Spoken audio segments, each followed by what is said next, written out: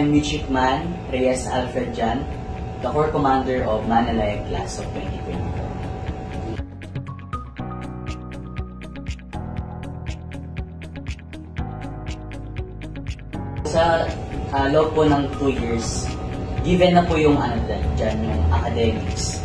So marami po akong natutunan in terms sa academics. Nag-excel naman po ako. Then, sinikap po talaga na mas lalo pang sipagan.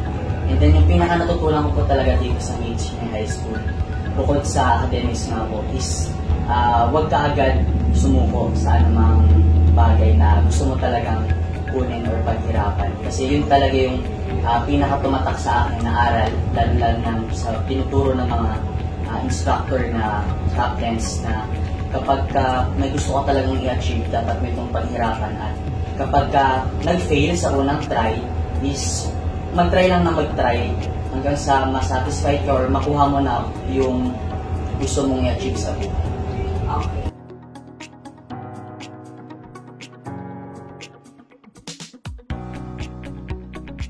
So, yung gusto kong i-share na naging highlight sa akin sa loob ng 2 years is yung una, yung pagpunta sa PCG.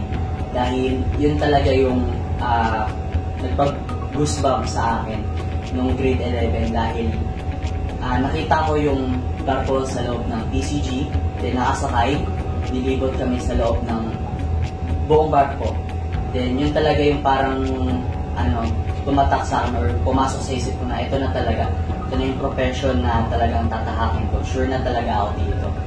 Talagang doon, parang nabuhayan talaga yung loob ko na talagang gusto kong i-pursue yung maritime career. Then, next doon, yung Bridge and Engine Simulator sa Exact Manila. Doon ay naranasan namin yung parang naglalaro lang kami, pero doon talaga natuto kami kung paano yung ginagawa or pagpapatakbo sa loob ng barko, yung pagpapatakbo ng barko. Then, itong grade 12 or last grade 12 ay yung immersion sa PMMA, sa loob ng PMMA.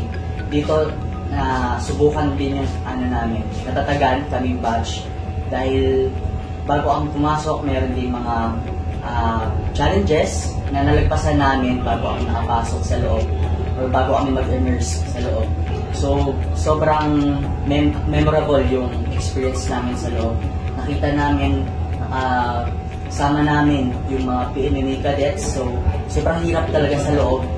And then, yung last na immersion namin sa Exact Pampanga.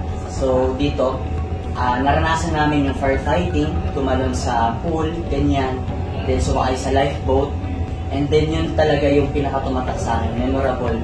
And then, sana, makasama kayo sa lahat ng mga yun, sa lahat ng mga activities na yun. And then, hindi lang naman yun yung pinaka-highlight dito sa Midshipman High School.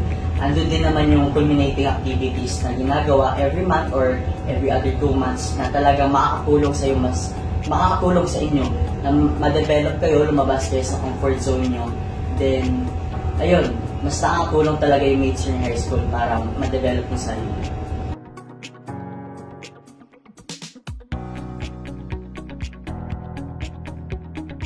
So yun, sobrang nakatulong yung Midshipman High School sa susunod na chapter ng buhay ko.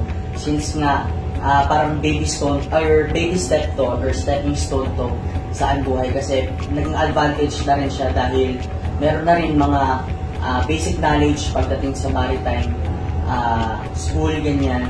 Dahil meron na rin mga learnings na tinuro ng mga active sea captains, yan.